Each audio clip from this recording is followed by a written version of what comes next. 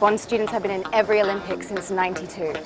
How do they do it? Bond is known for its prowess in the sporting domain. With incredible facilities throughout campus, it means you can easily transition from this to this.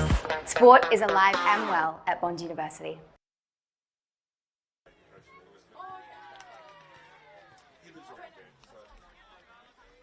No, but I mean, Cooper is just down. So you know that he'll be biased in favour of Wilson Grange today.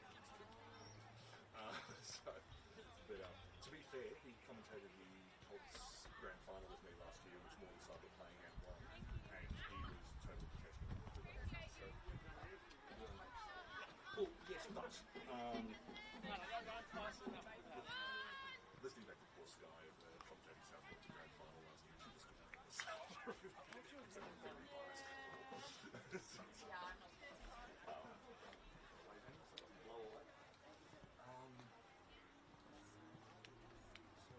How was your trip here? Long. Gotcha. Nearly 2 hours. Yep. So always slightly exhausted. But working well. Indeed. And this is, not plenty of time, but 7 minutes. So. Danny, normally we would go on sort of, like at 5 minutes to you'd start and they'd play that 1 minute sort of Bond Uni promo with Lizzie, I think her name is, isn't it?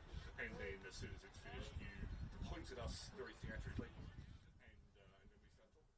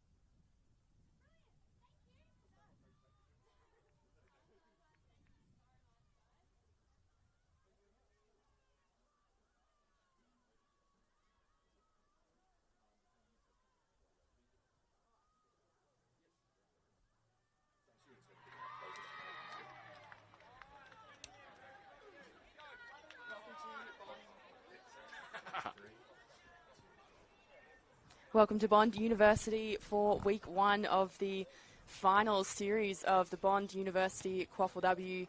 We're here at Bond University in Robina to watch the Bull Sharks take on the Aspley Hornets at home. My name's Hannah Davies and I'm joined today by Daniel Viles. Daniel, this is a big one. The first week of the finals is always exciting, Hannah. Very glad you're here. And didn't have earthquakes in my contingency planning this morning. but no, Bond University versus Aspley. 2023 grand final, Bond got up that day. 2024 preliminary final, that was Bond University by 4. Aspley, I think you could almost make an argument to say that if you made a team out of their injured players, it'd beat the team that they've got on the field today. That's an exaggeration, but I feel like making a strong point.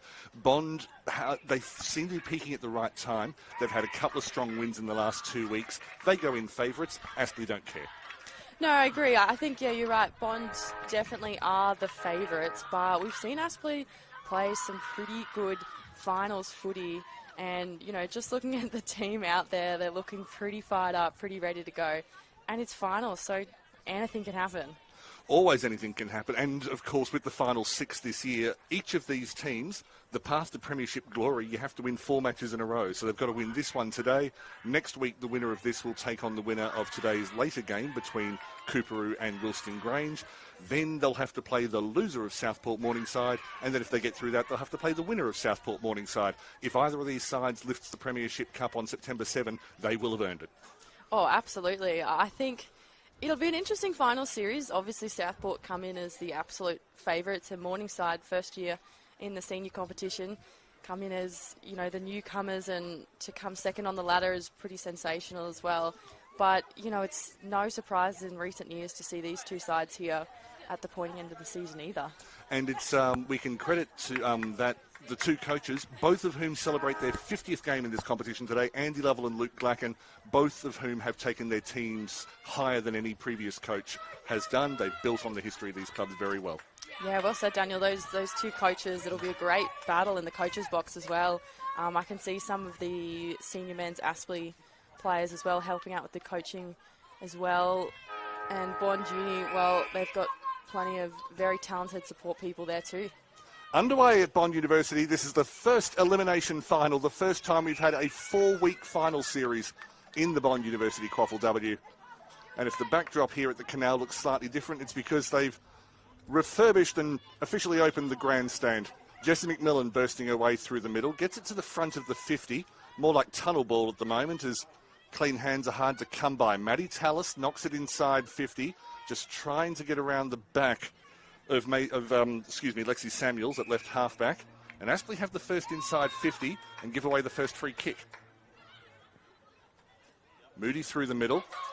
O'Flaherty attacked it from the back, and then Shannon Nolan came in the opposite direction and was held on about an hour too long. She'll get a free. Still, I like the bravery from O'Flaherty just really early on, putting on that pressure. You know, often in finals it can be that perceived pressure that can really make the difference. Good point. It's finals are played between the years as well. Maisie Evans, couple of touches early. O'Flaherty again knocks it into open space. Alicia Withers coming from behind, lost it to Liesi. Jasmine Davidson has been spending more time on the ball this year rather than in defence. Played for Queensland in defence, but very much... Well, the last time Andy Lovell moved a tall ex-ruck into the inside midfield, it was Havana Harris. That worked out all right. It worked out very, very right. Harris, of course, Bond Uni footy alumni, making her AFLW debut on Thursday. Emma McDonald taking an intercept mark off the boot of Ella Kalija. One of 4 players around the 6-foot mark in this Aspley side. Picks out someone who is definitely not in Maddie Tallis. It sounded like I was insulting Maddie, certainly didn't mean that. Keeps it wide. Kick to a 2-on-2. Katie Day trying to punch it forward. Ends up spilling out towards Hunt a bit wider. Has Day on the inside for support. Goes back towards Stallard, who certainly did not mean to put that through her legs. And I'll just put the stat watch out there. Stallard goes into this game on 98 goals in this competition. That's a big tackle out the back there. So pretty much being played in between the arcs right now. This midfield battle is just going to be really fierce. Indeed, Hannah. It's we've had a couple of inside 50s, but no inside 30s, which some might argue is a little bit more meaningful in this competition. Well picked up by Ivarak, who's on the field early. Was named on the bench, through to Evie Reeves. A Rising Star nomination this year, and well-deserved. Air swing from Kalija. Nothing to be paid. Davidson gets the ball forward towards Blattman. Is able to take it at the second grab. And she'll already get an invite to Zilke Medal Night because she finished as the leading goal kicker this year. First player to kick 40 in a while. Bounces through to Ivarak, looking for space. Out wide to Blattman. Blattman, just a little chip. She'll need a bounce. Going to the left, and it didn't. just getting the eye in. I'd definitely expect her to kick a few this game, but it'll be interesting to see how Aspley combat that if they put an extra tag on, pay a bit of special attention. Well, I suppose the options they've got, I mean, Anna Vanderweel, who's taking the kick now, is probably the best performed defender for Aspley this year, well cut off by Toby Chapman. But she's not the tallest, so Emma McDonald might be the one who takes it. It's well taken by Reeves. Apologies, Evans. The volley from O'Flaherty. Didn't wait for the ball to hit the ground and puts Tallis into the clear. Tallis has a bounce. It came back to her. Knocked back by Withers. Tallis versus Withers. Tallis with the tackle. Helped out by Moody. They have a 3-on-1, a 4-on-1 in fact, as Chapman provided the extra option. Yeah. Goes wide out towards Reeves. Just weren't a lot of options for backup there for Tallis, which is a shame. Such a good run, but just no one there to support on that occasion. No one came with her. Good offload from Collegiate Ivorak and then centres to Davidson. Davidson on the move. They've sort of slingshotted from midfield, if that makes sense. Blackman over the back, held on. Just a well-timed legal push to get Pulteney away from her, and Blackman will have a set shot. 40 goals in the regular season for Blackman. If Bond have a run through the finals, she could be the first player to kick 50 in this competition in a year for a very long time. I think 2017. Kendra Blackman. It's a comfortable set shot routine she has. And to the surprise of no one, Kendra Blackman opens the scoring in the elimination final. What a player to have on your squad, though, for these kind of matches. You know, someone that you know is just so reliable and will be throughout this one today.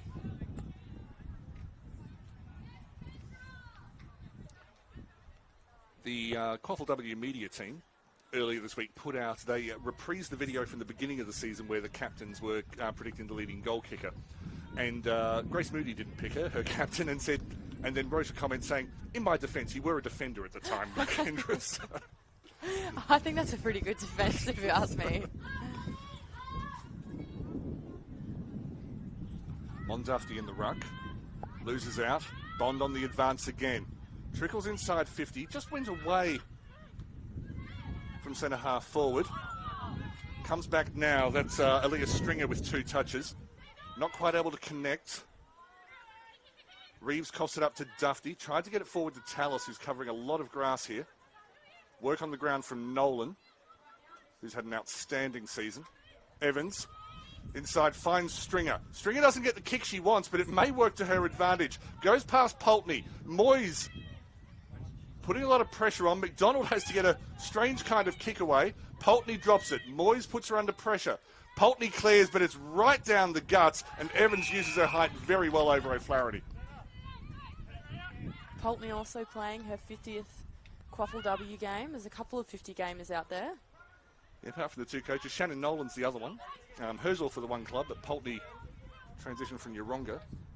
So Maisie Evans will kick from 50. It's over to the right of the goals, although it's swung back a long way towards Pulteney. Umpire spotted something. It's a defensive free kick. Dufty got a bit of a push, which he possibly didn't feel. And something from a viewer perspective you might notice, if you're watching a lot of QAFLW, you can probably assume you're watching AFLW too.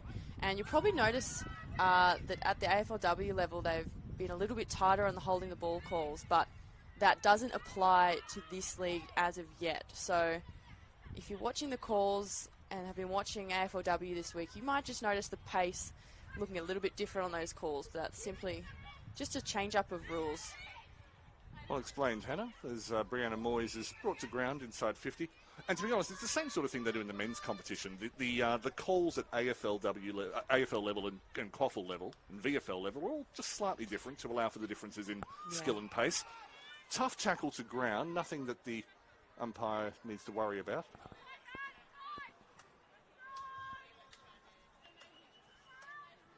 The ruck contest is halved. Hallie Geyer brought into the ruck today. Was that called a throw? It was. The fist not getting to the ball. Aspley have been pinged. Very handily positioned free kick for Bond.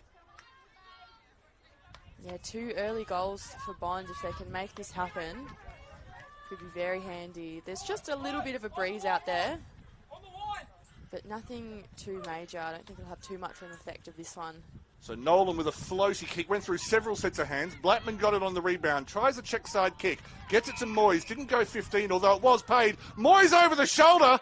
Brianna Moyes misses to the right. One of those moments where you go, should she have just held it and taken the time and space? Well, I think she read the 15 metres better than the umpire did, if I'm brutally honest. So, Yeah. And I can say that because we haven't mentioned the umpires yet, so there's no culpability. No, we haven't. I guess we should now, though. Of course, our umpires brought to you by Bradnam's Windows and Doors. In the field today, Jack Pledge, Jackson Whittle and Jason Mitchell. On the boundary, Boston Midgley and Seb Sharp. And the goals, Luke McLean and Mark McKenzie. Well read at the back by Sky White, made her Queensland debut this year. Couldn't hold on to the ball, but certainly held on to her opponent. Causes the stoppage in midfield. And Jack Pledge in his very identifiable white cap, which does get washed. It always looks very white each week. Knocks out the side to O'Flaherty. Gets hands free. Forward to Maddie Kawa. Kawa inside 50. This is as deep as they've been. Katie Day trying to get some separation. She snaps around the body. Katie Day on the board.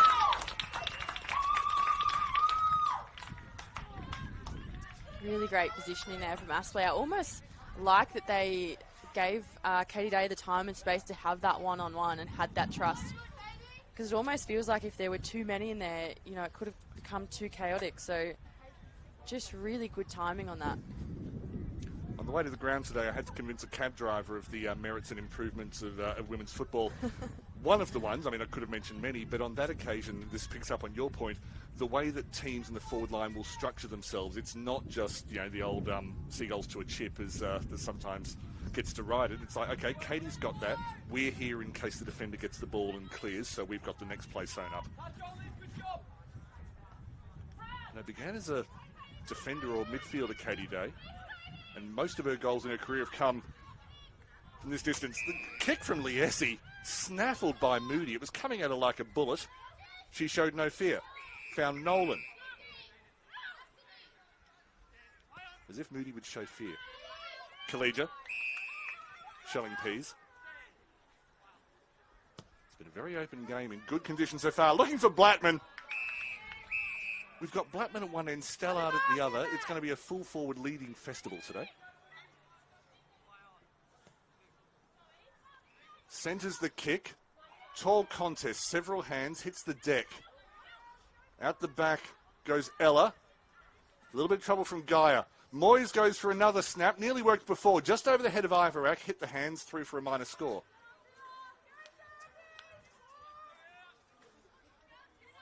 And I mentioned that Stallard could make 100 goals. Last week, one of her teammates did, Rachel Vetter. Her second of her 4 goals against Yeronga was her 100th in this competition, becoming the 10th player to reach that milestone on record. So congratulations to Rachel Vetter. Yeah, incredible achievement. She's become a stalwart of the league, really. I give her plenty of recognition. Turned over twice, just knocked to the side by Thote. Didn't quite get purchase on the kick. Well done at the bottom by Hewitt. And handballing through to Taylor. She'll have an important role to play today. Went through to Gaia, couldn't release the hands. Ball up on the arc. A few occasions now, Aspley just really trying to go down that corridor, play that quick penetrating footy, but Bond Uni just structuring themselves really nicely against it. And Bond trying the corridor now. The kick was about 1 metre too short, otherwise it would have had a set shot. McCall trying to run out of defence, was able to get it loose. Coughed up to O'Flaherty, who's racking up the disposals in this first quarter. Wants to see a few more effective ones. That one to the advantage of McMillan. Just got it in the tummy and then lost sight of it. Was able to get the tackle on. McMillan will cause a stoppage near the other arc. Now, I have a theory on that, Hannah. You surprised? Which is that Aspley, against a lot of teams, including a lot of very top teams, they will try to spread the ball and use the width. But I think they realise that Bond are so adept out wide. Against Bond, they prefer to use the corridor. That may be complete rubbish, but that's my observation over the past couple of seasons. O'Flaherty uses her pace, gets around Collegia, goes for the centering kick, came off the top of the boot. Davidson had hands, and then a strong tackle on Day from Gaia. Too high. I suspect I was blindsided, and the high contact was on the other side. Day floats the kick inside 50. The handball inside to Liesi. Accidental protection from Day. Davidson unable to cause the stoppage. Gaia can't get the hands free. Ball up 48 from goal.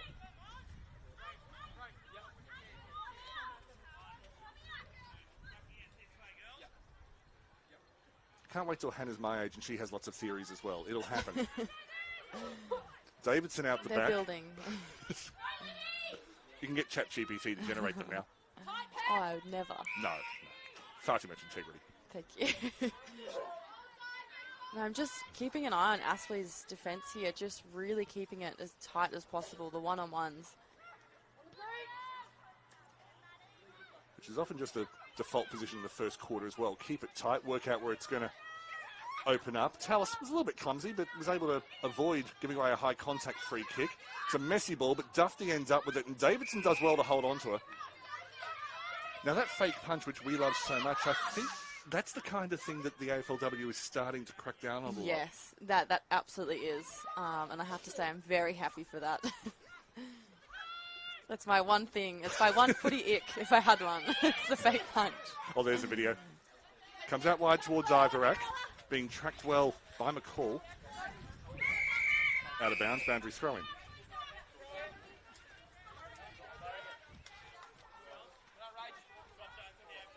Can't see any plus ones. I think I'm seeing what you saw before, Hannah, which is it's tight. It feels really one-on-one. Bit of swing on that boundary throw-in, so there's a bit more breeze at ground level than we can feel where we are, and probably what you can feel at home. That'll come in the evolution of television, I feel. That you'll be able to feel the breeze from wherever you're watching Boy, from. that for the day. Nolan left the ball behind, then was held. Nolan wins the free kick. So Bond, they've got space out the right on the wing. Haven't seen it yet.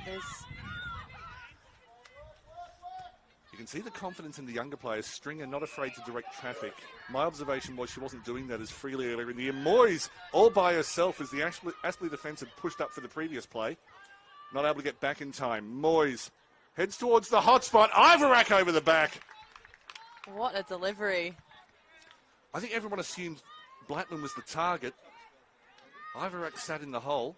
But that's just perfect, isn't it? Because that's what you want. You want your player leading out, but equally you need someone out the back in case it goes over. You need both options. And Ivarak, a very experienced player in this competition in her own right. It's already a 3-point lead to Bond. It's a 9-point lead to Bond. Taking control early in this elimination final. Yeah, it just feels like Bond right now feel a little bit more in control, just able to move it down a little bit easier.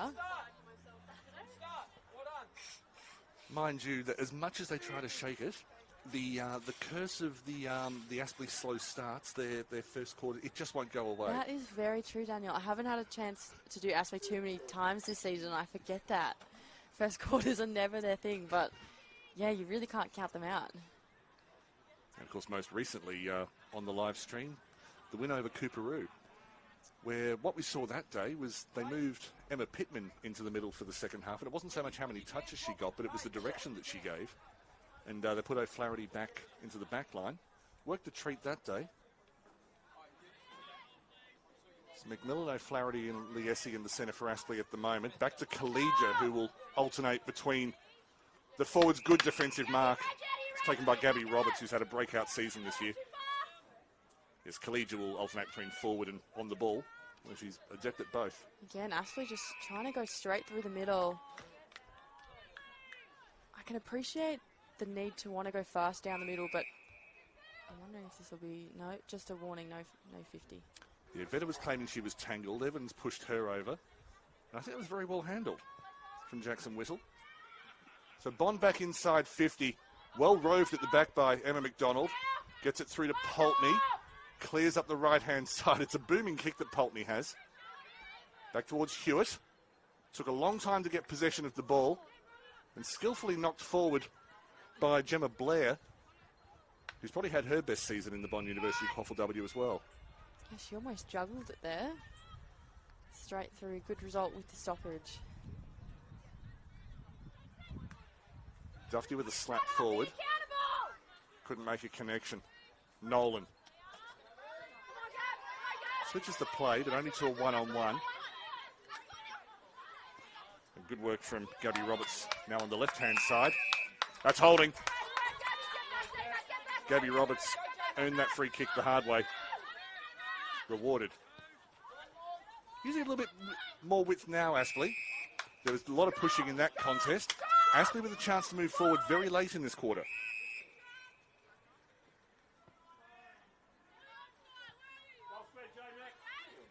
Comes back to Monique Corrigan. Tallest player on the field at 187 centimetres. They've got a spare player here just on the left wing. That was Opposite Higgins, and they didn't wing. use her. Well spotted. Day out into the pocket. Has support from Tallis. Day on the narrow angle. It's a magic pocket, that one. We have seen so many great goals from that pocket, and I thought another one was coming. Yeah, I think they were just trying to go for the chip and chase move, but chipped a bit too hard.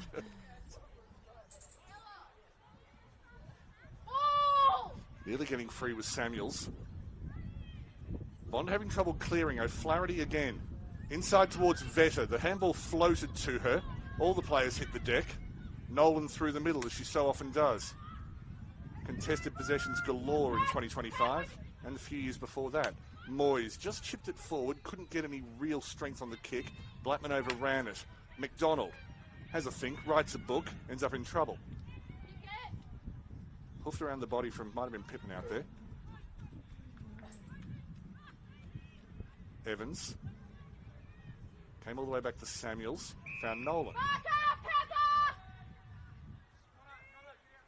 And if you need reminding what is on the line today, well, the winner goes on to play against the loser of the semi-final of Southport, the Morningside. Oh, sorry, Daniel. No, I'm wrong. sorry to have to correct you. The winner of this, the two matches today, their winners play off against each other. Oh, yes. Sorry, and the winner of that is that one. My apologies. That's okay.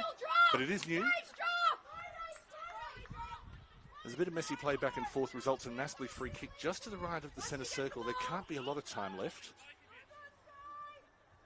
There's Monique Corrigan starting to have more of an influence in the middle of the park.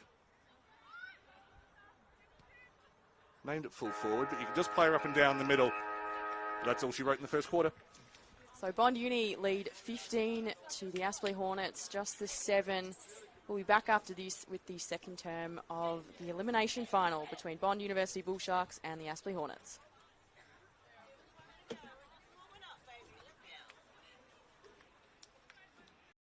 Did you know Bond students have been in every Olympics since '92? How do they do it? Bond is known for its prowess in the sporting domain. With incredible facilities throughout campus, it means you can easily transition from this to this. Sport is alive and well at Bond University.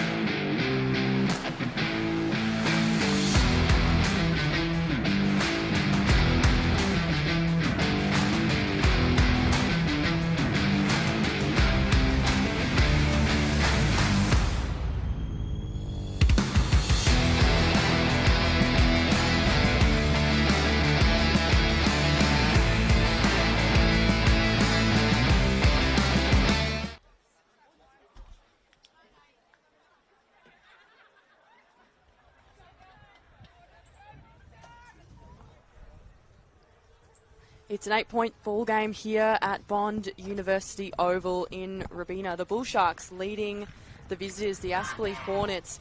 It's the elimination final between these two sides. It is do or die here, and I feel, Daniel, that both sides just still warming up into this one. Which often happens. It's, I mean, every year, even if it's an experienced club in the finals, there's always players individually playing their first final at this level. And so, I mean, Kendra Blattman had a senior career in Sydney. I don't think it's disrespectful to say that the QAFLW was a higher standard than the AFL Sydney women's program. Improving, don't get me wrong.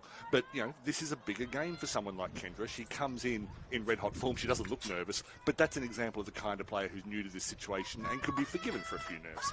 Is there a team out there, and Daniel, I'll ask you this because I just think you'll know, that is more experienced at finals footy with the players on the field right now?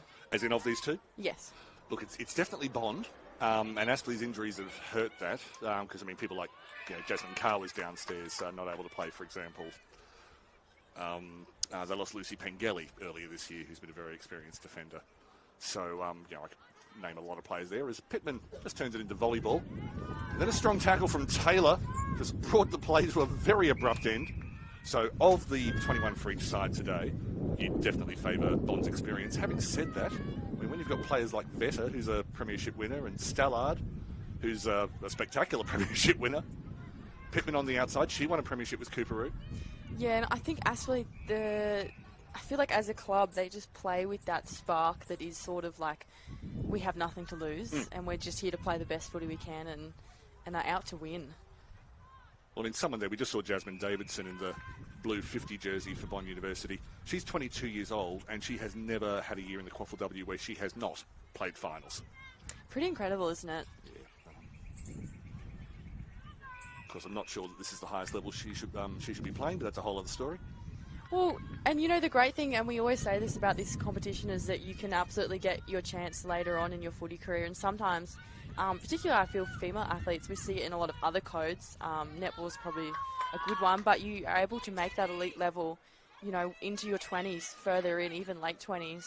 I mean, we of course saw Taylor Gregory from Southport Sharks make her debut for the Gold Coast Suns on Thursday night in Perth. And, you know, she's 28, and so potentially didn't think she'd make it to that level, but she has, and so it's certainly possible.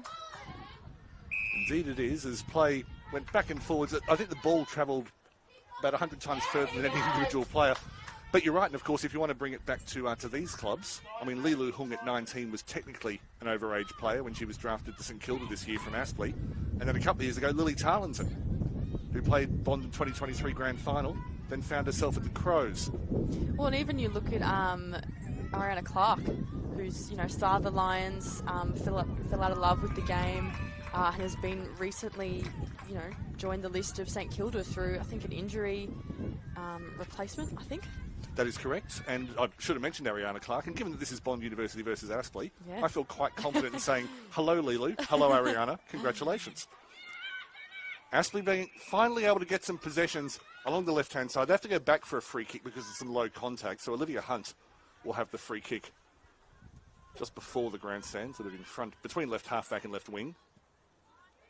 Keeps it wide. Nolan read that yesterday. 50-metre penalty. And I'm not sure that was the player on the mark. I'm not going to pretend I know exactly the reason for the 50, but the player on the mark looked pretty still to me. Nolan inside 50, not known for a long kicking, but let's learn something. Goes for the shorter option. They've got the numbers, Aspley, yeah, with the spare there, able to sweep in pretty easily. As Duffy couldn't quite clear. Nolan in space again. Has time to set herself. Shannon Nolan! That is not what she normally does, but it's what she can do. And just again, really clever structuring from Bond. You know, Aspley even had the spare, but they sent it down back against that square, and so Bond Uni just had all the space higher up, and with a thumping kick like that, that's all you need. Been one of the players of the year, Shannon Nolan, but that's only a second goal, and that's not a criticism, that's just a description of what she brings to the team. Led the comp for disposals. I think she's about third or fourth for effective disposals. But I think that's partly because she moves faster than her teammates. and indeed the rest of the comp. 2023, she was best on ground in the reserve grade grand final. Couldn't quite hold down a starting spot that year. Now, she's almost the first name on the team sheet. And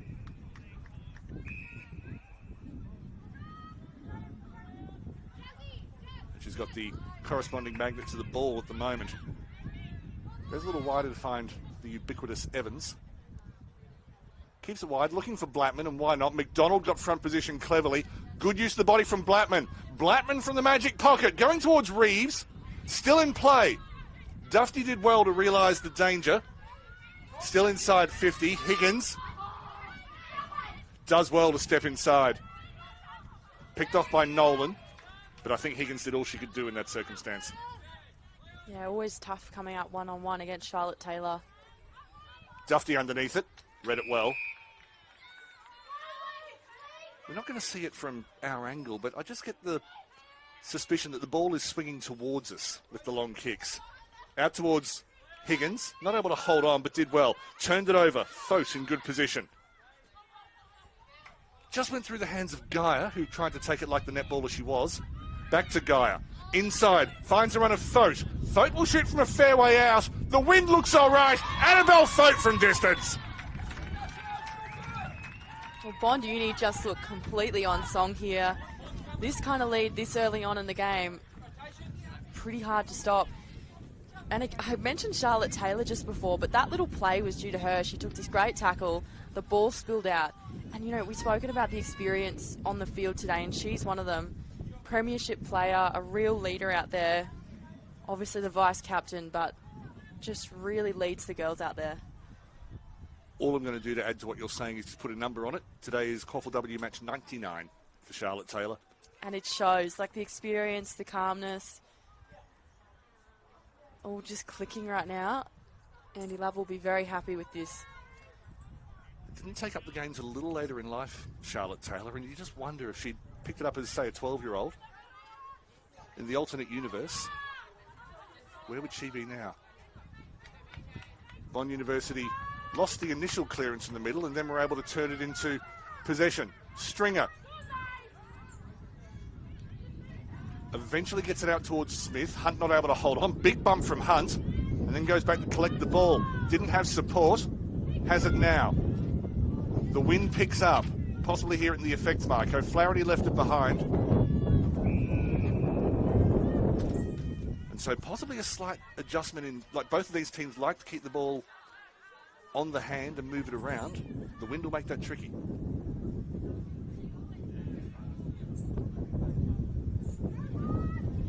Knocked inside, Kawa.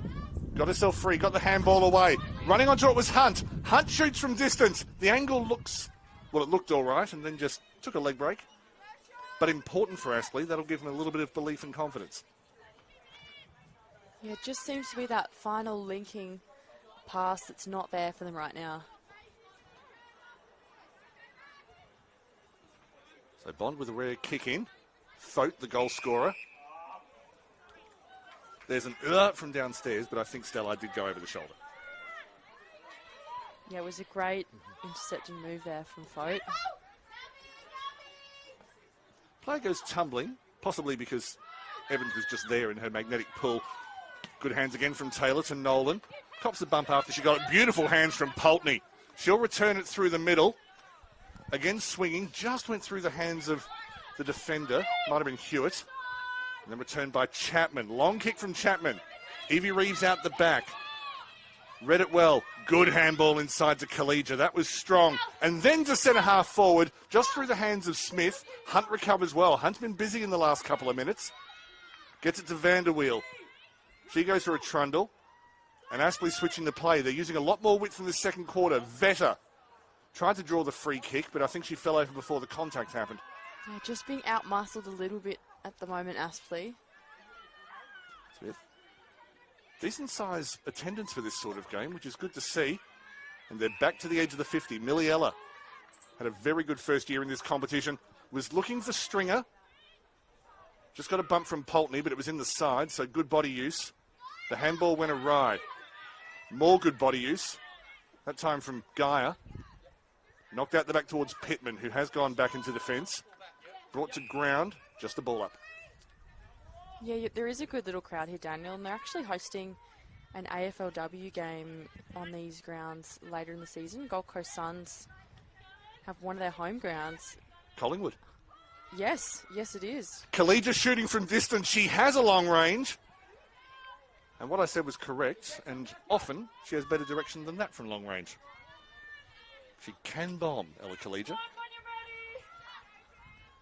Hello, Yapoon Swans, if Ella's former teammates are enjoying what she produces every single week in the Bond University QAFLW. Big clearance. Oh, that's a super mark in the pack. Monique Corrigan, the only player in that pack who had to bend down to get the ball. Keeps it wide. It's to a pot of sharks. No, that's a shiver of sharks. That's what it is. Chapman.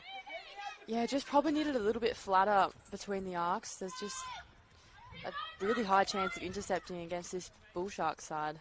Milliella gets it back inside 50. Moyes copped one over the shoulder. Wasn't really any power in it. Pittman clears. Samuels fumbles. Good handball inside. Recovered well to get it to Thote. Thote drives it into the pocket where there is currently an absence of population. Left for Blackman, who couldn't believe her luck and then couldn't keep her balance. The handball is central. Charged onto by Stringer. Kalija looks for the shorter option because she saw Sonny Hewitt, who I haven't seen have a set shot from this distance, so my notepad is out. Goes central. Beautifully drilled to Blackman. Couldn't hold on. Moyes on the ground. Aspley may have done enough. Falls to Stringer. Pittman with the tackle. Got the handball away to Moyes. Moyes snaps. Moyes snaps truly.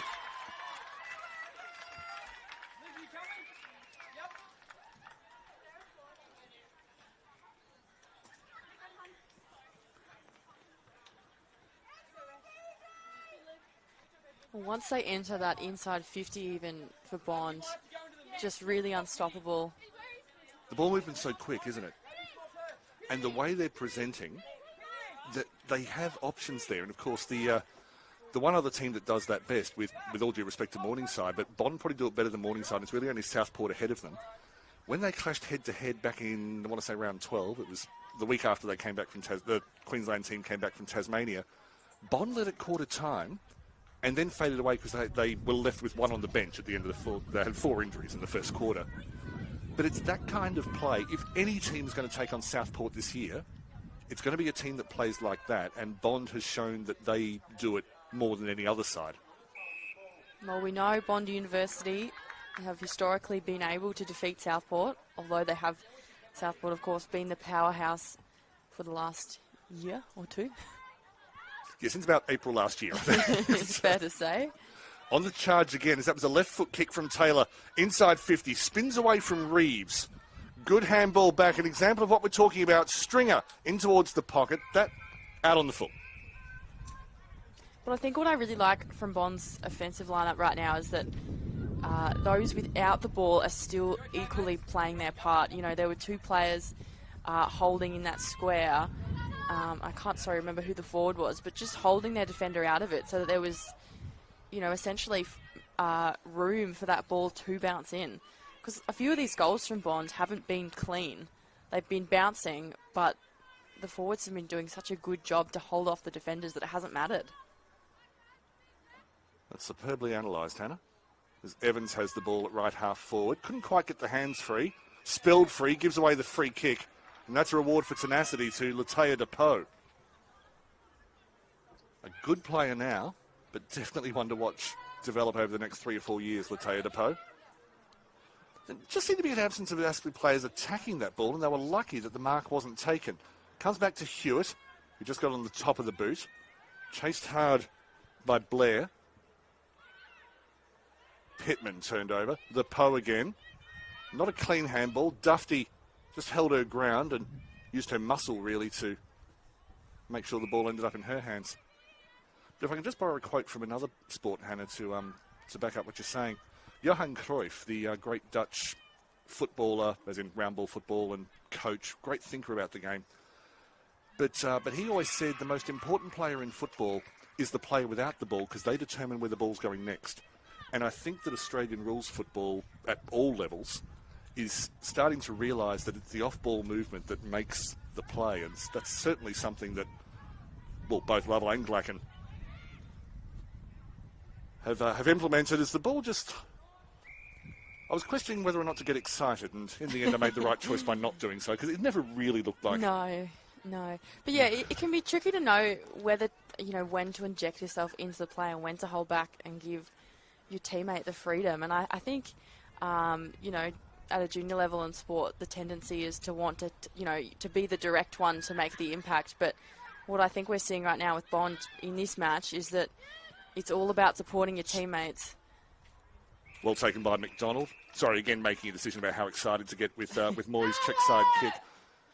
She did play an AFLW match for Fremantle back in 2019, and it's very easy to see, the more you watch her, what they saw in her. She's been a wonderful addition to the Bond program this year. That was Higgins to McDonald. She'll drive it wide, just over the head of Thompson, taken by Davidson. Back to Hewitt. Out wide, goes to Withers. Withers will get it moving forward. Maybe had a bit more time than she thought. Oh, touched in flight. Higgins was going back for the mark and was run down by Taylor. Bond Uni sitting really high, though, just putting a stop to anything that's really getting past the centre mark.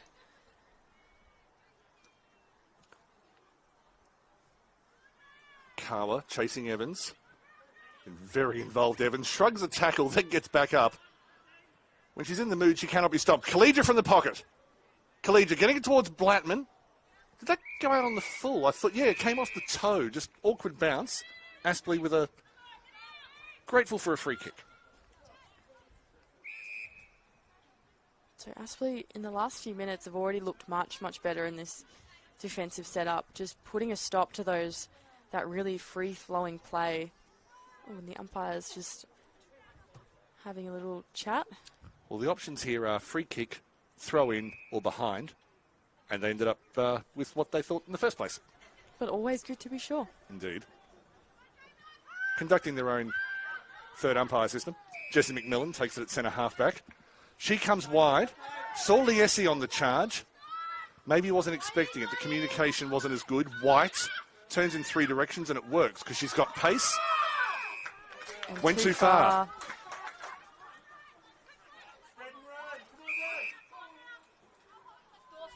So it's a small win, though, for Aspley here because, again, it looks like they're getting cut off just in this centre third.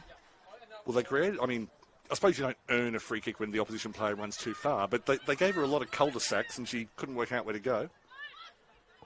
They need to use this, though, to keep up the scoreboard pressure.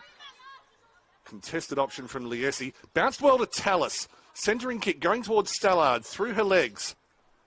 Is picked up by Moody, who's wrapped up by Stallard and Bradley. More on Grace Bradley in a moment. She'll be played for many years at Bond University, so this is a ground she would have shown everyone else where the change rooms and the good tucker was.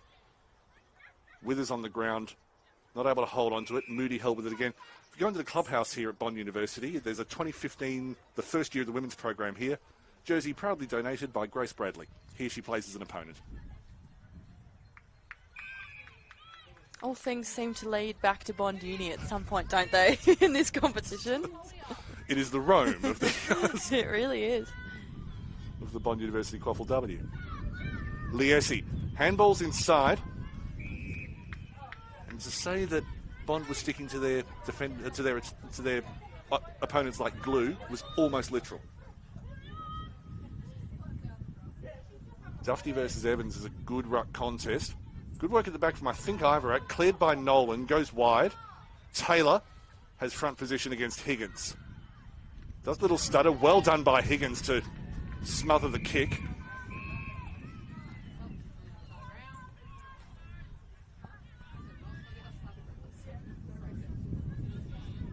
Covering a lot of ground, the former Australian baseball representative, Rachel Higgins. When I first met her, said, "Oh, I just play reserve grade." Then I did my research. I thought, you liar. Strong tackle. Might have been to Poe. Just a flash of blonde. Falling to the ground behind Lexi Samuels.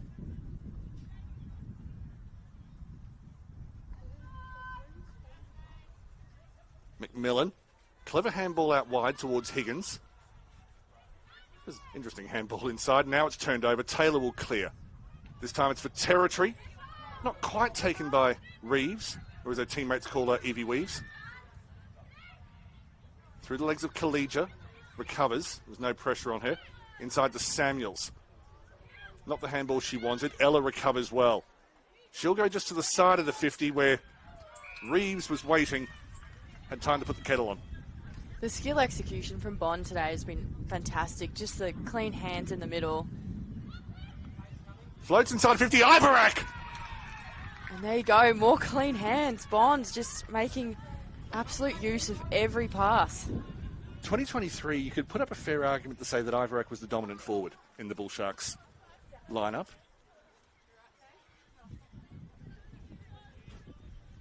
Certainly throughout the season when your Harrises and Harringtons and Milnes run available. She has a set shot now. Right footer on the right side. But at the top of her game, Bella Ivarak can be very accurate.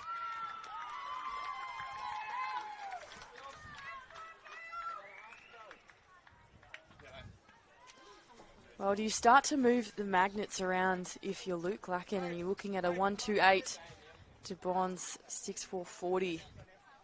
Do you throw something different out there? It's do or die, trailing into the half-time.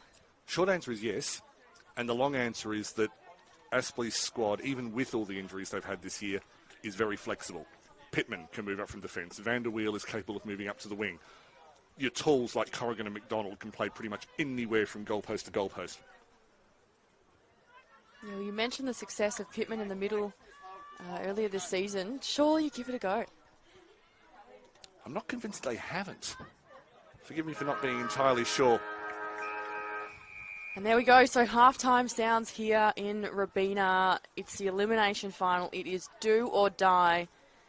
Can Luke Glacken rally the troops at halftime for a comeback from the Aspley Hornets? It's 40-8. We'll be back after this with the second half.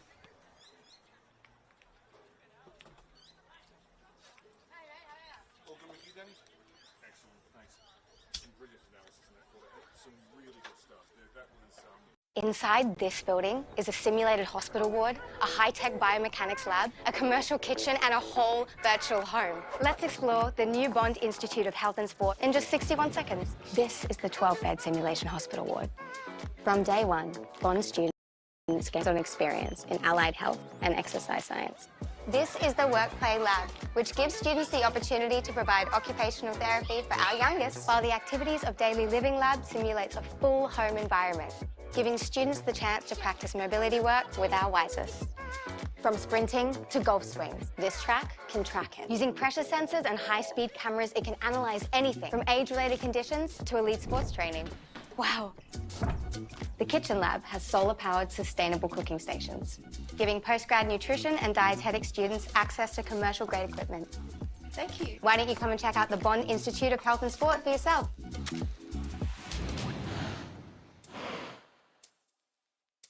Did you know Bond students have been in every Olympics since '92? How do they do it? I've got 61 seconds to race you through the life of a student in the Bond Elite Sport program. Strap in.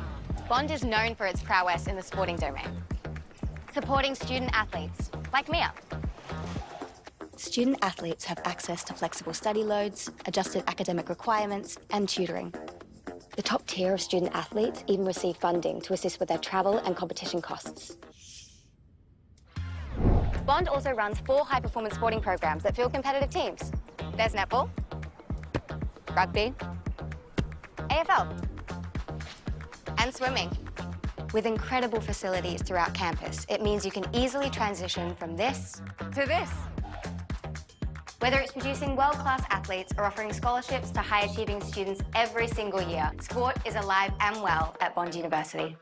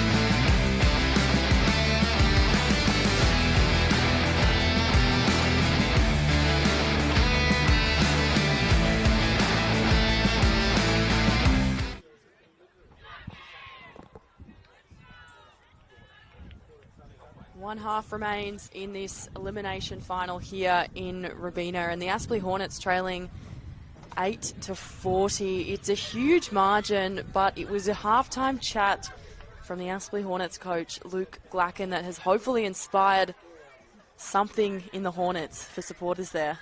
Well, of course, Luke Glacken was, he's a two-time premiership assistant coach. He was the midfield coach at UQ under Ross Clayfield. Keeping the team out at half-time is straight from the Ross Clayfield playbook.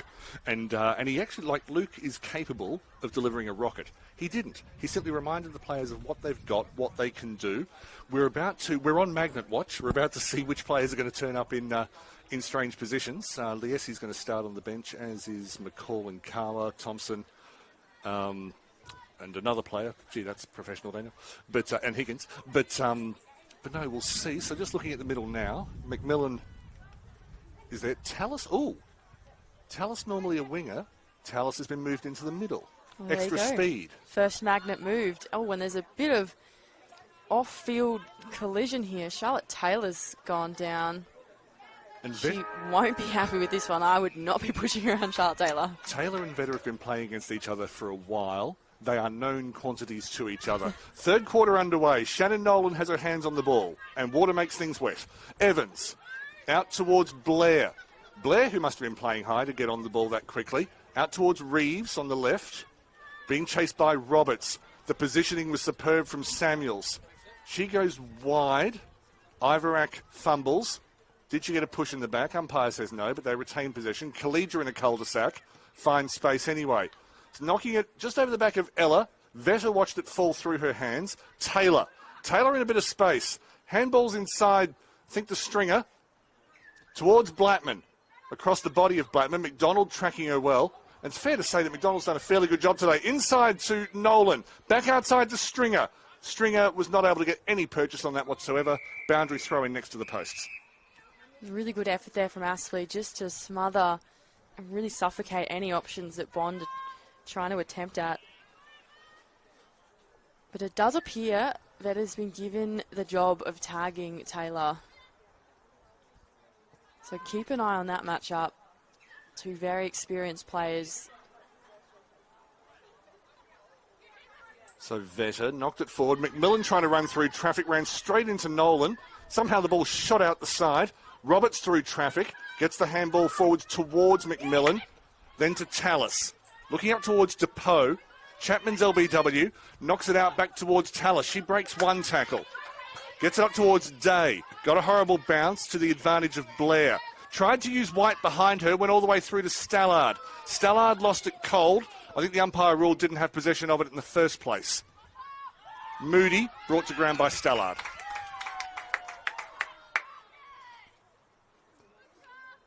So Aspley have a forward 50. Corridor or wide, Hannah? As in which one would I go? Yeah. I think the pocket. I think that on this ground, that's where you want to be. Davidson at ground level. Day pushed off it. Two umpires blow their whistles at once. Jason Mitchell spotted something from the outside, and it results in an Aspley free kick. So it's been that one-on-one Vetter and Taylor again.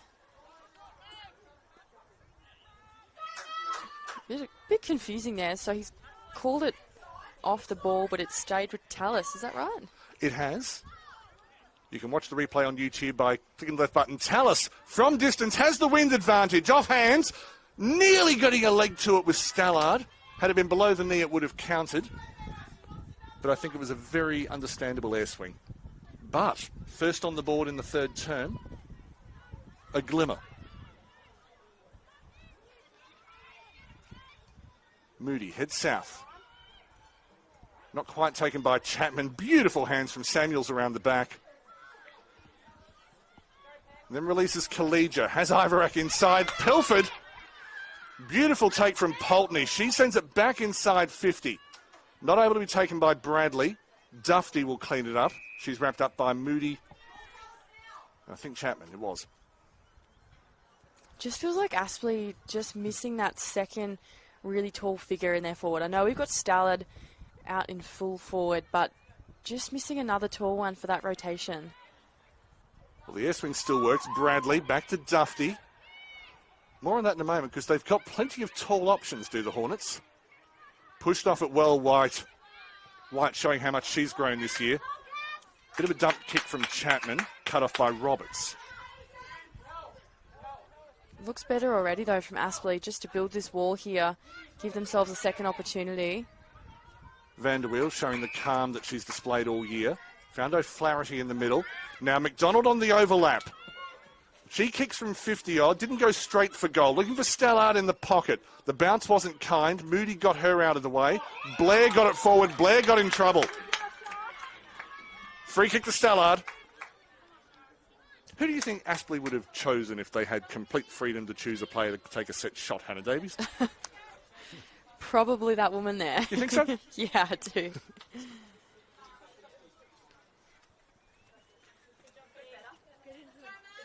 So Blair had possession of the ball, ran into traffic, lost it.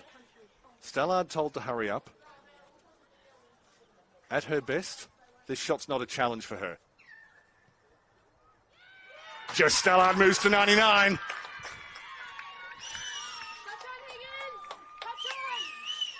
So the Hornets hoping that one can inspire something within them. They've narrowed the margin just slightly. So you picked up on the two key magnet changes there, Hannah. One was Vetter to the wing to keep an eye on Charlotte Taylor, and the other was Maddie Tallis to the middle, and she must have about 4 or 5 touches already in this quarter. Yeah, she's such a strong ball winner. I think that's a really smart decision to put her there. And, look, I never know how I feel about those really intense matchups because I'm the kind of person where I'd never want to be in that myself. I don't have that kind of temperament, but I think, Vetter is having certainly an impact on Taylor. I don't know if she's taken her out of the game as such, but, there's got to be some sort of psychological impact there. Well, Shannon Nolan looking to have every kind of impact. Reeves did well to keep her feet. The handball didn't quite come off the front of the fist, but Bonder on the move forward. But no, if I call Vetter niggly, she knows. I'm not insulting her. She is a known quantity. Charlotte Taylor will know exactly what she's in for.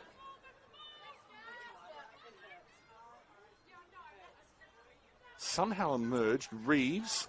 There's plenty of attention on her. Yeah, that's rugby union. That field's next door. Yeah, good decision there for the umpire just to take control of that one. Davidson through the middle. Breaks a tackle. Check side shot. Couldn't quite find Ivorak. Works around. The shot comes in from Milliella. Milliella over the defence and barely missed to the left.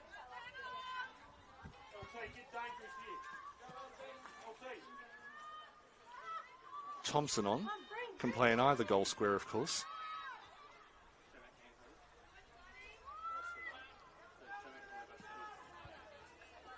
Vanderweel with a long kick.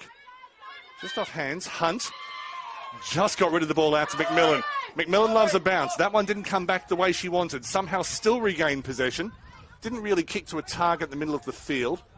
Evans takes control. Moody gets protection. Is able to get away from Corrigan. Evans through the middle. Pulteney. Was she pushed? That's exactly how the umpire saw it. It's almost like in a cartoon when the boulder just crashes into the character. Sorry, Hannah. Just noticing Pittman straight onto the wing. And a possession. I think the wind just took that away from Corrigan. She was underneath it, then suddenly she wasn't. Through the middle, Pittman. The award-winning Anthony Byron is here today taking photographs. I hope he got her at the top of her flight. Tallis in the middle.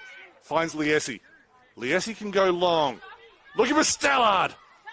Leaves for Depoe. Depoe probably needed to shoot. She ran straight into traffic, gives away the free.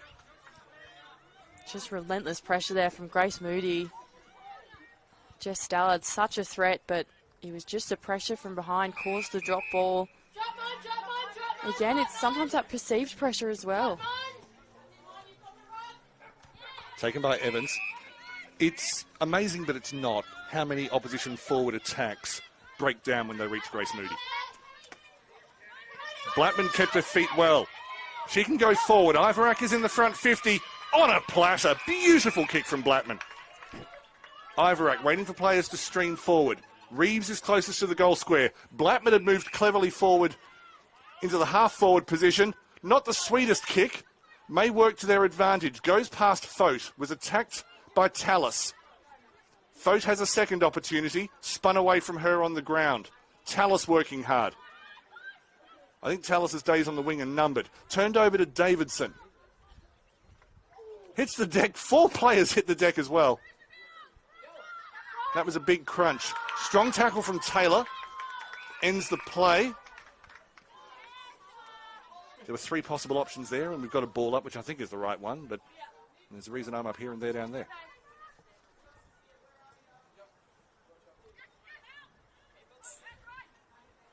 More rugby union. Well, will be interesting to see. Oh, sorry. Oh, just a bit of push and shove on the side. Sorry, Hannah. We'll get back to you in just a moment. McMillan, Moody again. Hewitt through the middle. Goes route 1. That's a good punch at the back from Roberts. Falls to Kalija. Kalija shoots from about 48. Usually has distance. Brilliant work from McDonald at the back. Falls to Reeves. Brought to ground by McDonald. Several types of outstanding play in the one passage. Yeah, great defence from Aspley there, just to hold that front space in front of Blattman. Still got your point on hold, Hannah. We are getting back to it. That's all good. Okay, out of bounds. Go for it. Oh, just saying, it'd be really interesting to see, how soon our state league does kind of adapt to the new AFLW rules, and just to see what kind of impact that will have on this game. I feel like already my mind is thinking, what would that call have been with the new adaptions? That is a hypothetical I plan to enjoy at a more leisurely moment. Thank you. Moyes goes back to Kalija. We're back where we were 30 seconds ago. Chooses a different option. Didn't quite get it where she wanted to Ivarak. And the boundary throw-in will be the result. No, the umpires, they meet every week. They work so hard, not just on their fitness, but on their decision-making to make sure decisions across the comp are as consistent as possible. It's impossible to get it completely. Oh, definitely. Sorry, that hypothetical is not on these umpires specifically, just as a league as a whole.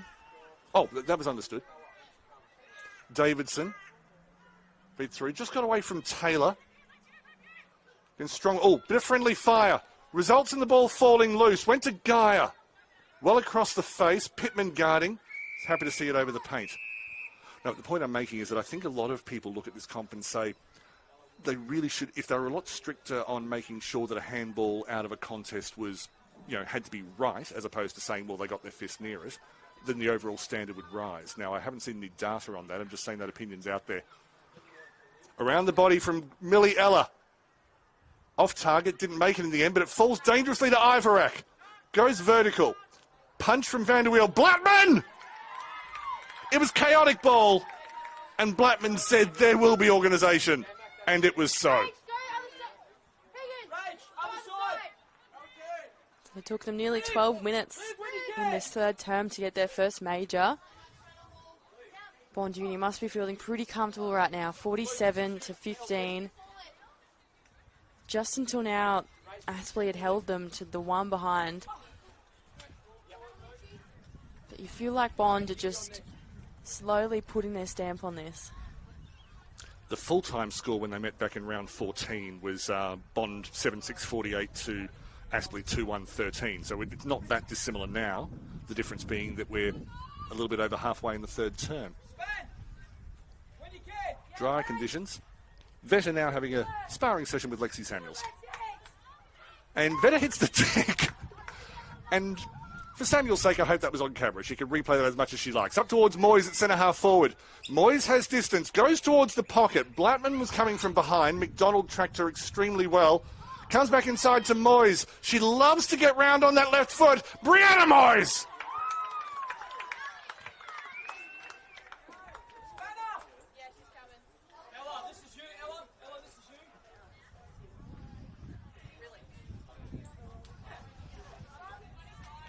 So, Daniel, you said if Bond Uni win this one today, regardless, are they back here next week? They are, because they will be... the other elimination finals between 4th place Cooperoo and 5th place Wilston Grange, the higher-ranked team will host next week's, what we used to call the first semi-final. And, the highest team can only be Bond if they win through here. So, Do you have a tip for who they're, assuming Bond maintain this league, who they might face off against next week out of Cooper or Wilston Grange? are you trying to make me lose friends, Hannah Davis? Yes. Taylor shrugs off a tackle. I'll answer that in a moment. Taylor up towards Blattman. Punched away from her, but Blattman, she's so good at keeping her feet, at getting into space, at putting in shots. I built it up for you, Kendra.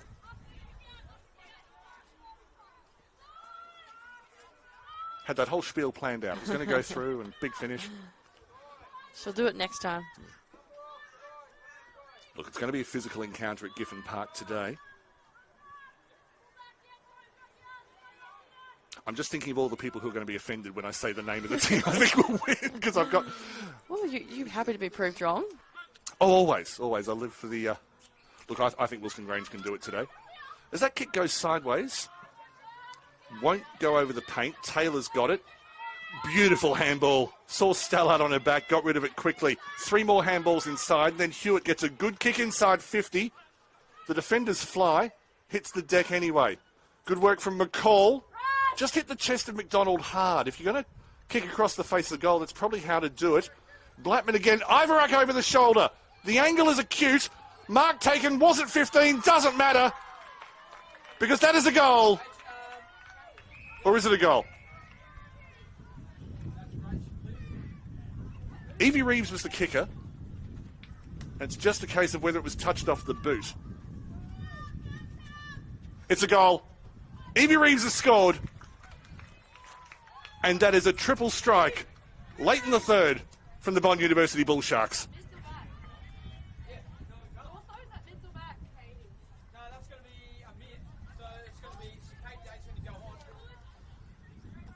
Similar position commentating with someone who's a better footballer than both of us, Hannah, and that's Jeff Newman, who, AFL Darling Downs, team of the first 50 years down there, and someone who commentated a lot in this competition. And I put it to him in this circumstance, when you're this far down in the final, do you play for pride or play for the miracle? And he said, always the miracle.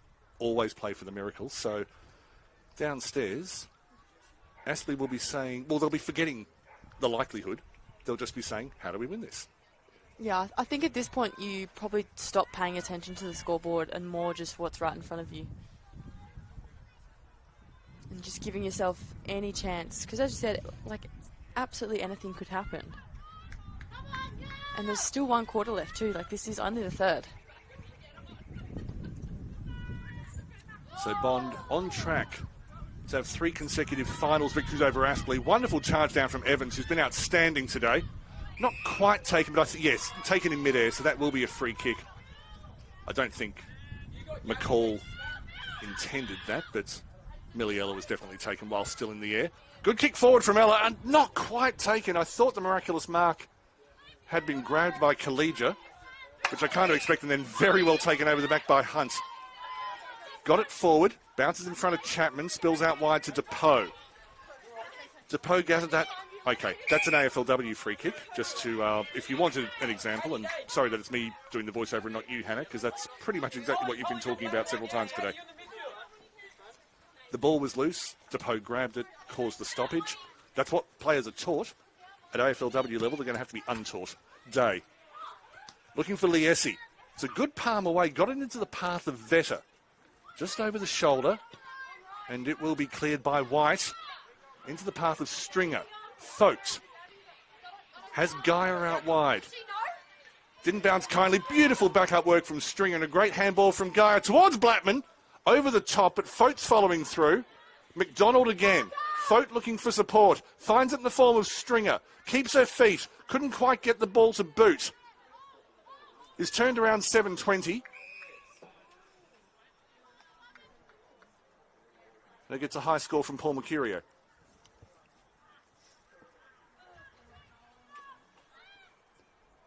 Bond on the charge again. Can they get a 4th in this term? Hacked out. It's pretty much all that. I think it was Katie Day back there who's gone to help out in defence. Evans. Tallis brings it to ground. Gone. Oh, sorry, Evans is just staying on the ground. It's one of those tackles. Looked a bit slingy. Play continues. Just goes through the hands of Liesi. in centre field. Evans is to her feet and looks okay. Of course, in that situation, you always worry about the neck. Burst onto it was Hunt. Depot. Off the boot, inside to McMillan. Clears it. All over it. In defence is Sky White. And we've just got Lucia Chloe Liesi Smith. coming off now. She also went down pretty hard, was holding the head. Thanks, Anna. Sorry for the double talk. So Thompson replaces her. Maisie Evans, though, stays on. We want everyone to finish the season well. Blackman into space, shrugs the tackle of O'Flaherty. The kick is scuffed. Knocked to the side by Reeves. He's been playing on the ball mostly this year, but moved up into the forward line this quarter. Has one goal and plenty of involvements. As Hannah keeps an eye on Lucia Liesi. Moyes off the ground. Has that gone through? I think Brianna Moyes has squeezed that one through the goal. Indeed she has. And Moyes has a hat-trick.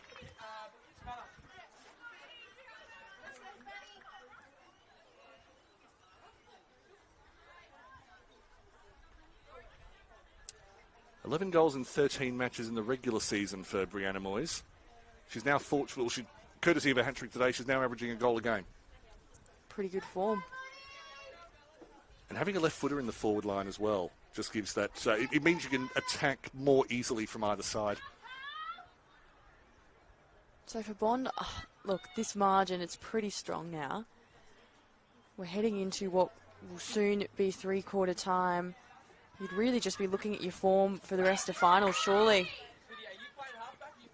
McMillan through the middle, agreed. Day, trying to snag one late. Through to Thompson, hit the hands hard. Chapman keeps her feet well. Stallard looking for crumbs. Table was swept clean. 4-1 in this quarter in favour of the Bull Sharks. First one went to Aspley. That was Stallard. Collegia. They haven't cleared it. Brought to ground. This will be an interesting call. Just the ball up.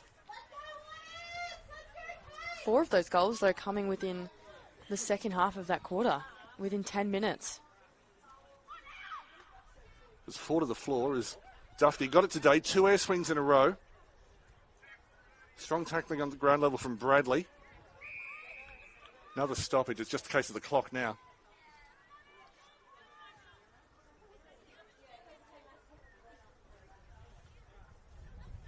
Well taken by Collegia, and then the bicycle kick. I'm a fan of Ella Collegia, can you tell? I think all players relish the chance to bring out the bicycle kick.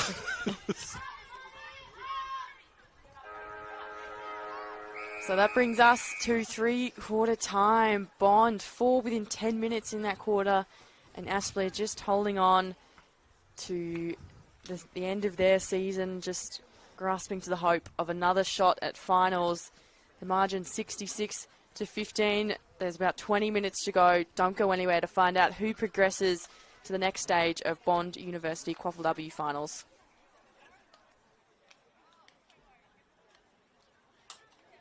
Did you know Bond students have been in every Olympics since '92? How do they do it? Bond is known for its prowess in the sporting domain. With incredible facilities throughout campus, it means you can easily transition from this to this. Sport is alive and well at Bond University.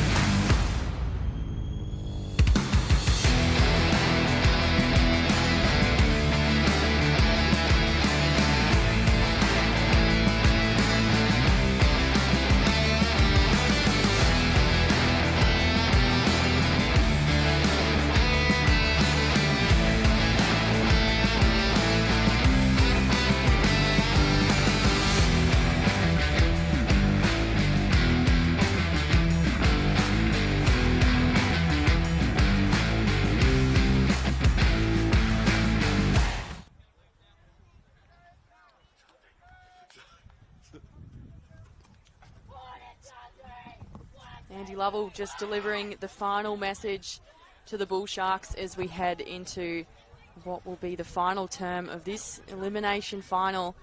And Luke Glacken's message just to finish this one off for the girls. The margin 66-15, and that last term it was a 26-7 quarter to Bond.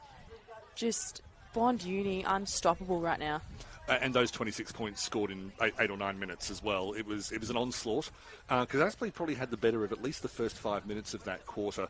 But no, Bond's forwards, I mean, Moyes, the way that she can snipe around, the link play with Bond University, considering, they've got, they haven't had Ava Usher this year. They had Charlie Adamson for 2 games. They've had inside midfielders, going down, not so many lately, but early in the season they were without them. It's been slick today. I haven't seen Bond University look quite this slick for a while. Yeah, I agree. I think, and I like the mention of the link players, Lexi Samuels and Charlotte Taylor on the 2 wings have been a really key part of that. Here's Rachel Vedder terrorising another one of those wingers. Oh, I think Lexi's holding her own. No, she is, absolutely. Collegia out of the middle, goes inside 50, and then taken by Stringer, who's been an excellent link player today. That's no pun on the surname. Evans, who's been outstanding. Not the kick she wanted, but it may work to their advantage. Ivarak has 2 goals today already. Finds Stringer on the outside. Stringer drives for goal. Out on the full. One thing I'd like to say, not on the ball, Kendra Blattman. We all know about her goals this year. The thing that I've been most impressed with her today, that was weird, but you know what I meant, was after a marking contest, she just never hits the ground. Who has been hitting the ground? Samuels and Vetter are having a right ding-dong on the near side. It's a flyweight battle. As Bond University, let's go to the football. Blattman over the back, not quite able to get it. Roberts goes past it. Evie Reeves. Boundary throw in.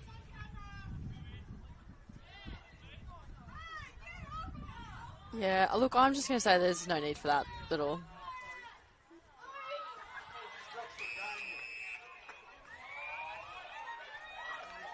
Vetter's won the free kick. And it is astonishing how often that happens. And I'm just going to, my own opinion, I don't know how that's happened at all. I think there's a bit of dairy product involved there. But Aspley have the ball. Tallis, you'll work it out. Turned away and very calmly taken by the very serene Gemma Blair. Yeah, look, I'm a bit lost for words right now, but I think Bond are just wanting to put as many on the scoreboard as they can right now.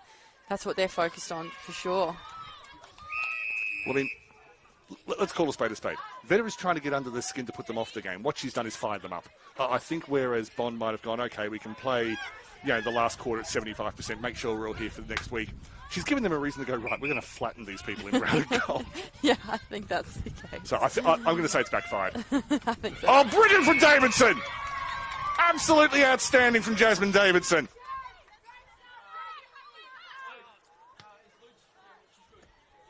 Just out of the hands of Samuels. Nolan again. Davidson. Got the handball forward, but it was weak. Turned over by Tallis. There's a case for her being Aspley's best today. She's been outstanding. McDonald on the chase. Well held by Withers. I forget whether I made my point about Blattman before, but after a marking contest, she always keeps her feet. She just always has the second effort because she's never on the ground. Evans does well on the ground, no disrespect to her. McMillan. It'll be a lasso free kick, you suspect.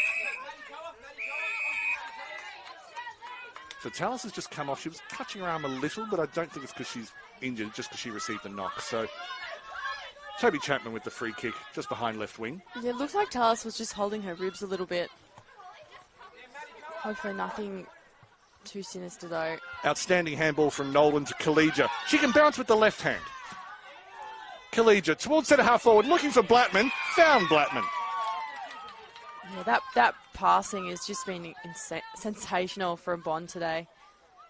And that's going to take them in really good stead into the coming weeks of final, hopefully coming weeks for Bond. At least the week. Kendra Blattman, it's a beautiful set shot. Second Bond player to have a hat-trick today.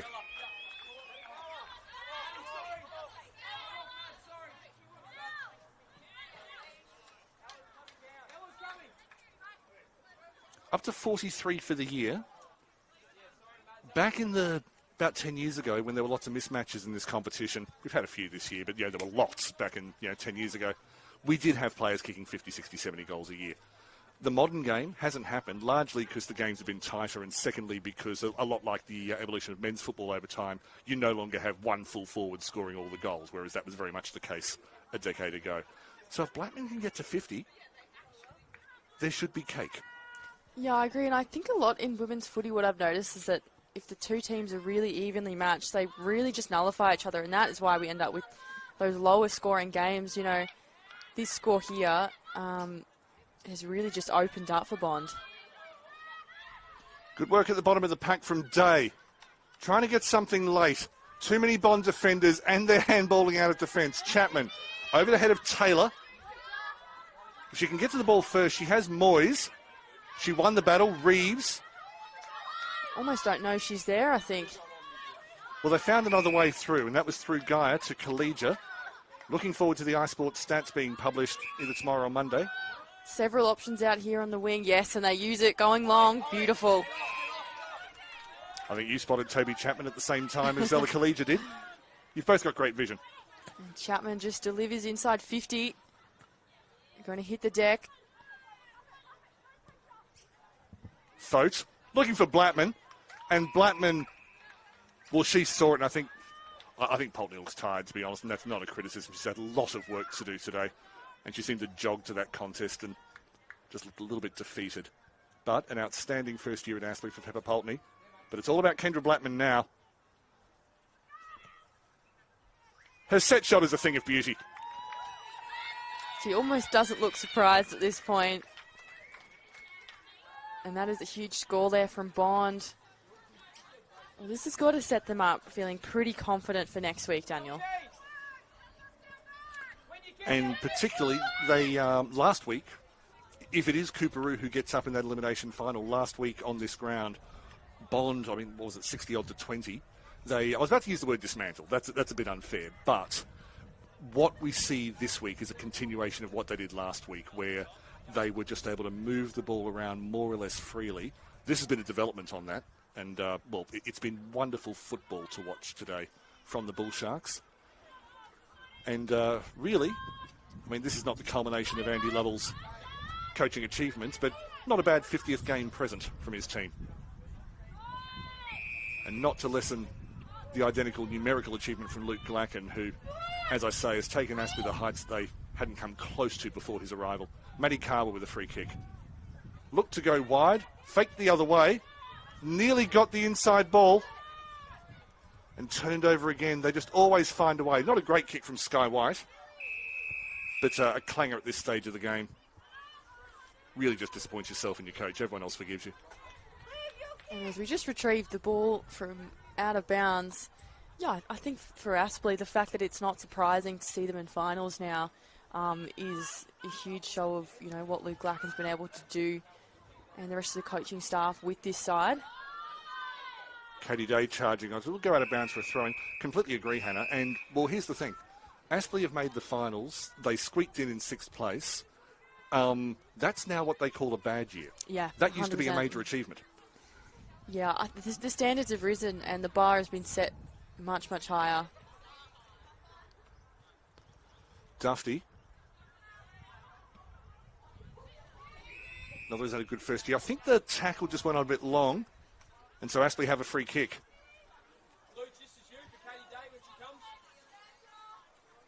McMillan thought she had the free kick. It is, in fact. Well, went from Dufty to McMillan. McMillan has an eye for the spectacular. She's earned that today, Jessie McMillan.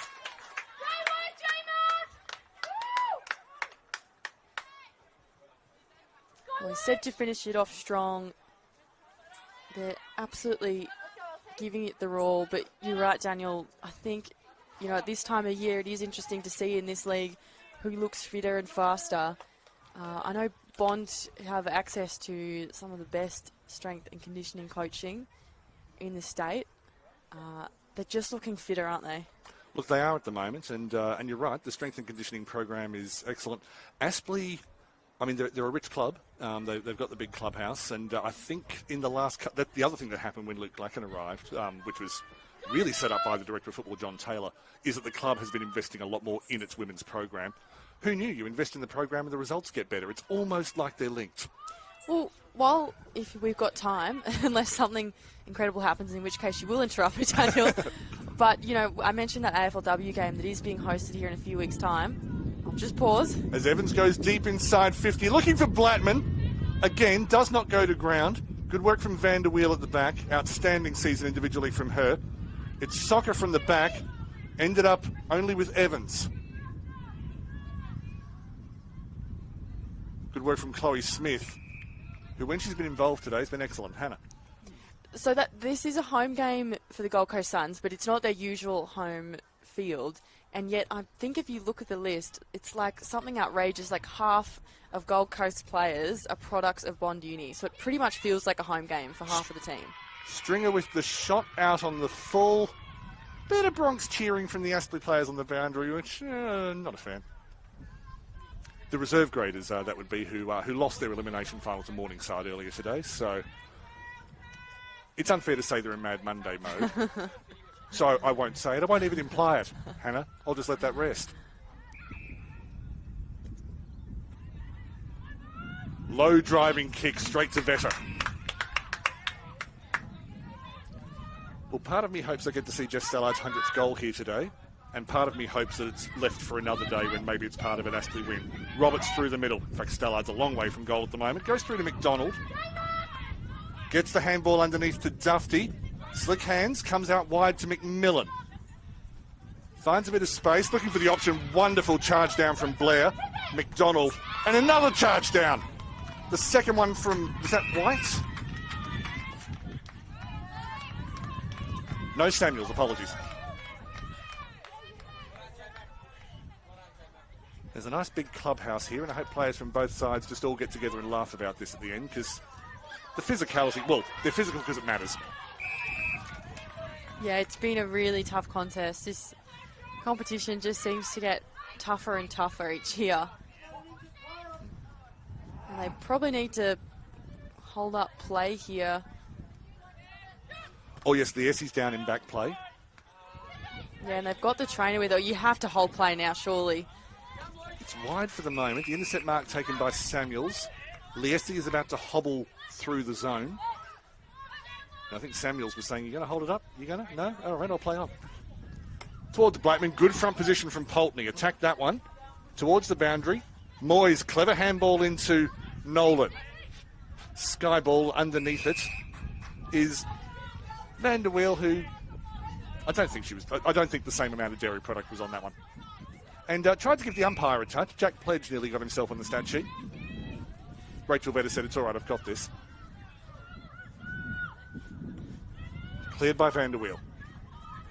Day attacked it, didn't quite come down with it, still found space. O'Flaherty. There's time for a bounce. Look for Stallard.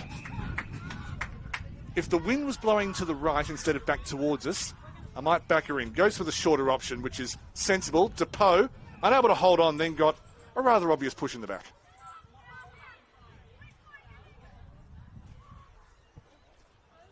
But no, I think because of the number of, just talking about Aspley's future, because of the number of injuries they've had this year, I don't have any concerns about their long-term future. I think just this year it was disrupted so much. They'll try to recruit. But if they can get Jasmine Carver back on the field, that's a big one. Long kick towards the square. McDonald came late, and there were 4 Bond players there. There's some high contact. It's Bond's free kick anyway. Probably the Sonny Hewitt. Nope, she handballs it back. Of course, the other thing was that this has been the wettest season that people much older than me can remember in this competition. And it's probably fair to say Aspley was slow to adjust to the change of conditions, and they probably let a few points go because of that. Yeah, no, great point. I think it's been really interesting actually to see who adjusts so well. You probably have to say Cooperoo adjusts the best in wet conditions. They play some of their best footy in wet conditions. They're probably crying that it's not raining today against Wilson Grange. So that was Kawa, breaks down inside 50. Cooperoo and Morningside, I think, are the two. So possibly if you're that close to the river, although it doesn't really explain Yeronga. It doesn't. My theory falls down. Or UQ. But Cooperoo and Morningside, I'd say, have been the two best in wet weather. Katie Day! Beautiful roving from the outside. A couple of late goals for Aspley. Obviously, Bond will be disappointed that they're letting in a couple of late ones, but for the neutrals, it just seems right. They have a few players, Aspley, who can score goals exactly like that. We saw Maddie Tallis do it in the preliminary final against Bond last year. We saw Holly O'Flaherty do it at Pride Round in the match against Bond. We saw Katie Day do it just then. We've seen Jessie McMillan do similar things. It's something they do rather well. Just the one tap, grab the ball, get 6 points. Well, given how, some of these games can just be filled with stoppages, like that is just such an invaluable skill to have, to be able to gain possession on a bouncing ball like that. Hacked through by O'Flaherty. Actually, it probably wasn't, given that she's trying to get the ball the other way. Strong tackle from Davidson. No, I think that was, a Bond player just coming through, putting it on the boot. That does make more sense, yes. I saw the hands of Katie Day go up. I thought, that's odd if it's her own teammate. No, that's what we in the business refer to as a commentary mistake. Dufty. Strong tackle by Collegia, but put the arms out straight away just to make sure that Dufty was okay. To be honest, Dufty's that tough that when she hits the ground, I think she'll be fine. How's the ground?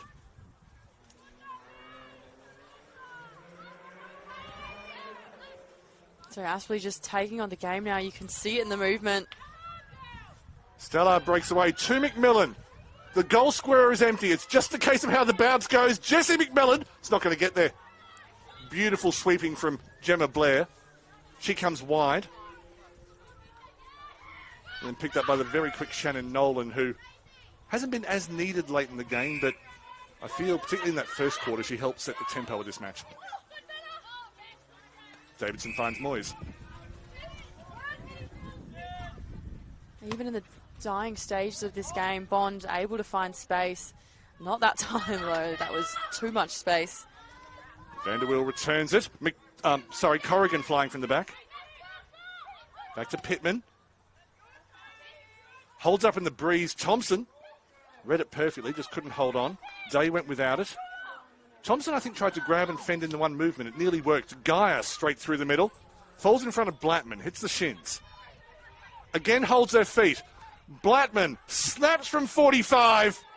It's a big, big day for Kendra Blattman. 5 goals in an elimination final.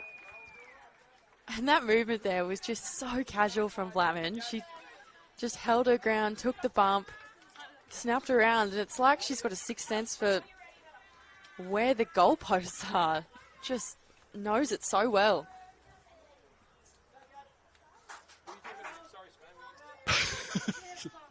Just making a few movements, Kendra Blattman in the forward line.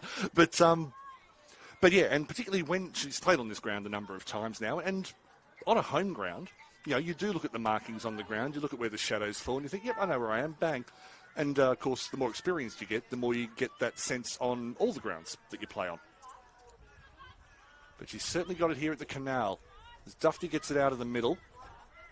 Just brought back the other way from Withers, who's done her job well today. She's played a very good role for Bond today, Withers, as Hannah Davies appeals for a free kick.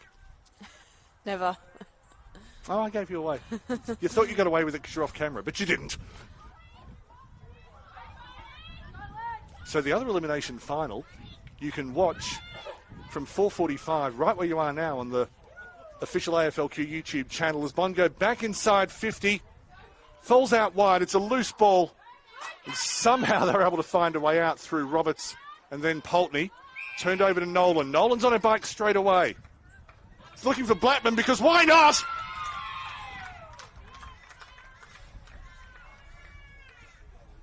I know I'm supposed to say words at this point, but I'd rather just marvel. I completely agree. 3 goals in this quarter. So they haven't affected the outcome of the match, but they are statement goals from Kendra Blattman. She is human. This is not the highest score in a finals match. I know for a start, Cooper in the 2019 grand final got into the 90s, as did UQ in 2021. But it's a very high score for a finals match. I'm probably going to have to look up that stat and stick it on Instagram sometime during the week.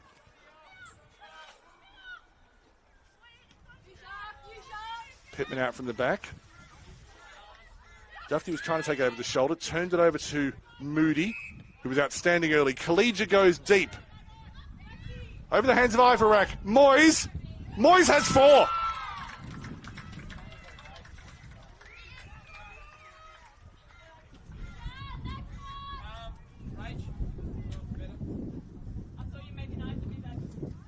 Moyes has been another player who's just been lethal from a multitude of places on the field.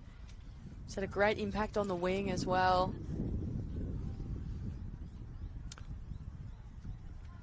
If I have time for some stats nerddom, then first of all, this is Bond University's highest ever score against Aspley.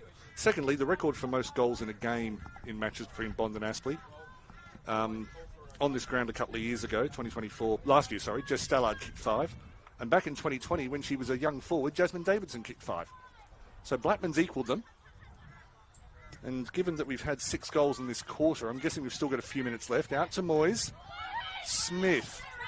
Smith inside 50. Drives it low to Blackman. Just the composure, those hands. I think it was a one-handed touch, wasn't it? Yeah, just get it out in front. No, I don't like it there. I'll put it here. There we are. The ball obeys Kendra Blackman. Wind blowing right to left, I suspect. Not that far to the right to left. Touch through, just rush behind. But again, it was that incredible linking pass there from Moyes. Just bringing it down with Chloe Smith as well. Which is probably more what Moyes has been doing this year. Like, she's got plenty of goals, particularly today. But as that half-forward link, her with the left foot, Collegia with the right. Almost taken by Reeves, just had it fall out of her hand, but she's had a good day. Back to Withers. Don't think Bond's had a bad player, but I'm still going to point them out. Over the head. Roberts going back, getting weird bounces. Iverack sniping, trying to kick it through. Blackman, oh, beautiful work on the ground. Just knocked away. Reeves attacks hard. Poultney gets the handball away. Day picks it up one-handed. Brought to ground, well, not brought to ground, by Ella and Stringer.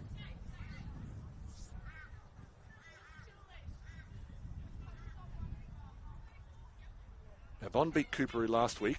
A few weeks ago, they lost to Wilston Grange at Hickey Park. Oh, high contact. Brilliant from Collegia. And I think O'Flaherty was attacking the ball. I don't think there's anything malicious.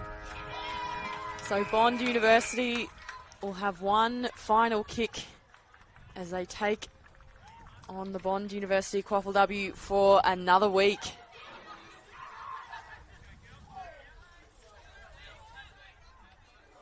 Ella Collegia. She'll kick this from about 40. Distance looks okay. Over to the right. But it's Bond University who progresses to the semi-finals. They will play the winner of Cooperoo versus Wilston Grange, and they are looking hot. 92-27. You probably couldn't have hoped it'd be any better than that if you're Bond Uni. Just putting out an absolute display. Some of your best odds, Daniel. Oh, look, I'll go through the goal kickers first as a clever ploy to give me time to think about the best odds. Blackman with 5 goals for Bond University. Moyes with 4. Iverack with 2. Overshadowed a bit, and yet she was outstanding today. Nolan, Reeves, Fote with singles. For Aspley Hornets, 2 goals to Katie Day, 1 to Jessie McMillan, 1 to Jess Stallard. I'll start with Aspley first. I thought their best today was probably Maddie Tallis. I thought the way that she attacked the game and particularly gave them a real hope with a lot of energy early in that third term when it looked like Aspley may just find a way back. I thought Poultney did as well as she could at the back.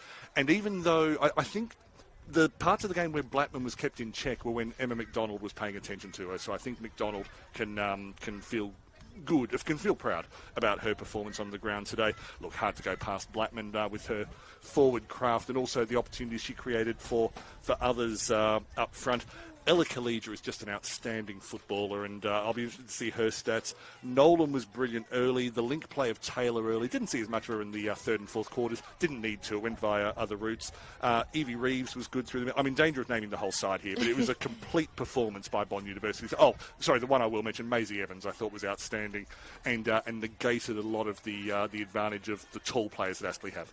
Yeah, I agree. I think, the best players in that first half were probably given a bit of extra attention in the second, and then it just allowed for different ones to take centre stage in that second half. There were so many, agreed, though.